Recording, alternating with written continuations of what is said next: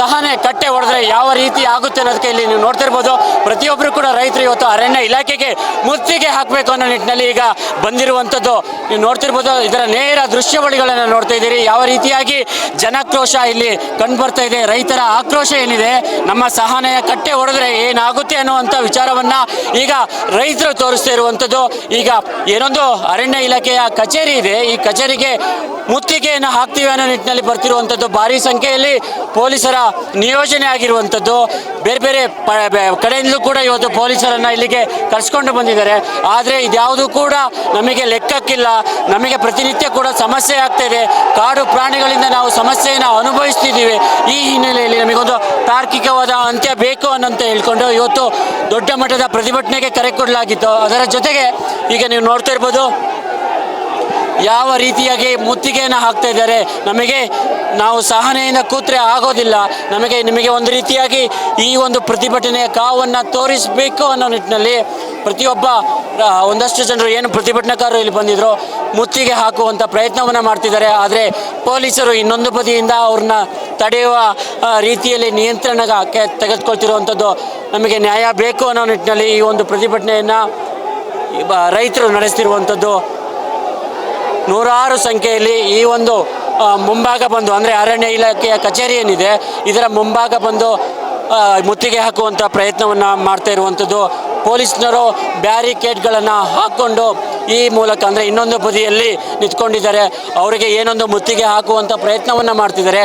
ಆ ಮುತ್ತಿಗೆ ಹಾಕುವ ಪ್ರಯತ್ನವನ್ನು ತಡೆಯುವಲ್ಲಿ ತಕ್ಕ ಮಟ್ಟಿಗೆ ಯಶಸ್ವಿಯಾಗಿದ್ದಾರೆ. ಸದ್ಯಕ್ಕೆ ಅವರೆಲ್ಲರನ್ನೂ ಕೂಡ ನಿಯಂತ್ರಣಕ್ಕೆ ತೆಗೆದುಕೊಂಡಿದ್ದಾರೆ. ನೀವು ನೋಡ್ತಾ ಇರ್ಬೋದು ಎಷ್ಟರ ವರೆಗೂ ಕೂಡ ರೈತರ ಆಕ್ರೋಶ ಇರುತ್ತೆ.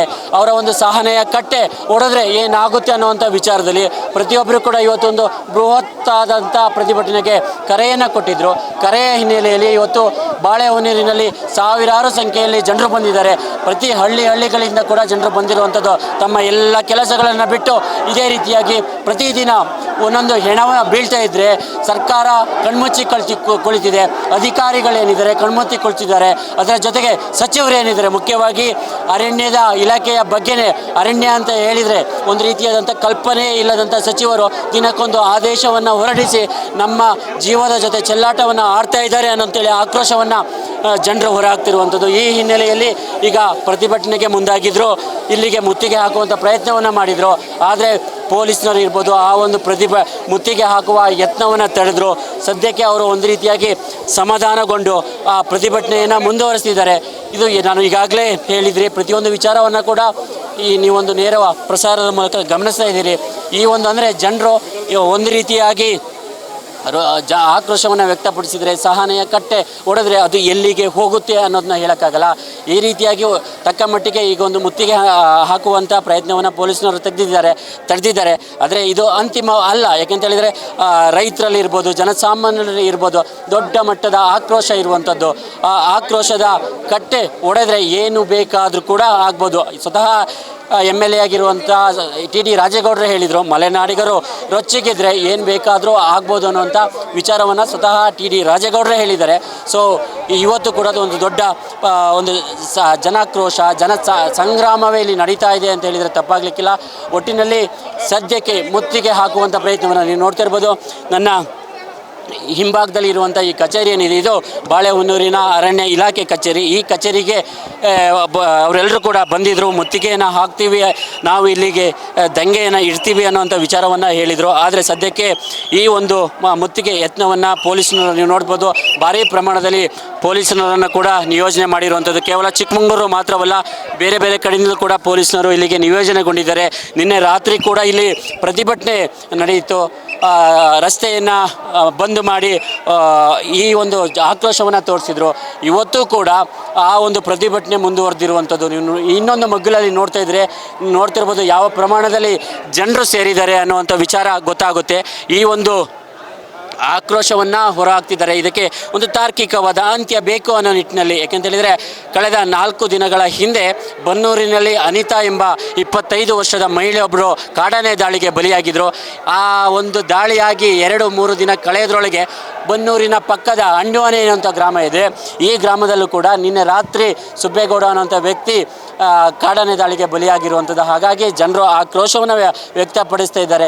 ಈ ರೀತಿಯಾಗಿ ದಿನ ಬಿಟ್ಟು ದಿನ ಕಾಡಾನೆ ದಾಳಿಗೆ ಜನರು ಪ್ರಾಣವನ್ನು ಕಳೆದುಕೊಳ್ತಿದ್ರೆ ಸರ್ಕಾರ ಏನು ಮಾಡ್ತಿದೆ, ಇದಕ್ಕೆ ಸಂಬಂಧಪಟ್ಟ ಅರಣ್ಯ ಸಚಿವರು ಏನು ಮಾಡ್ತಿದ್ದಾರೆ ಅನ್ನುವಂಥ ಪ್ರಶ್ನೆಯನ್ನು ಇಟ್ಟುಕೊಂಡು ಇವತ್ತು ಪ್ರತಿಭಟನೆಯನ್ನು ಮಾಡ್ತಿದ್ದಾರೆ. ಈ ಒಂದು ಪ್ರತಿಭಟನೆ ಈಗ ಒಂದು ರೀತಿಯಾಗಿ ಉಗ್ರ ಸ್ವರೂಪವನ್ನು ಪಡೆದುಕೊಳ್ತಾ ಇದೆ.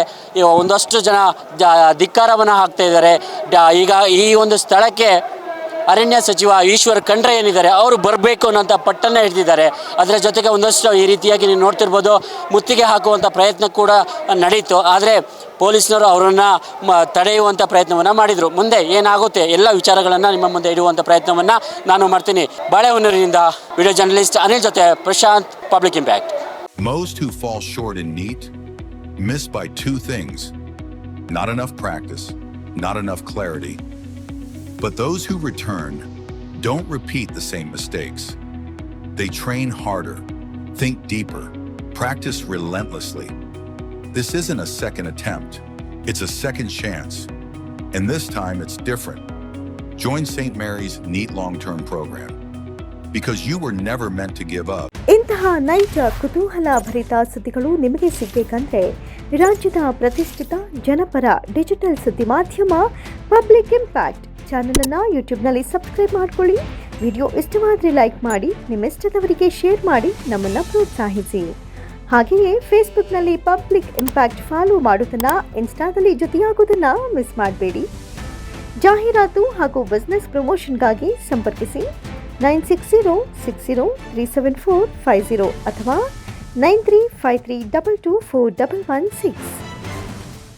ಇದು ಪಬ್ಲಿಕ್ ಇಂಪ್ಯಾಕ್ಟ್, ಜನಶಕ್ತಿಯೇ ನಿರ್ಣಾಯಕ.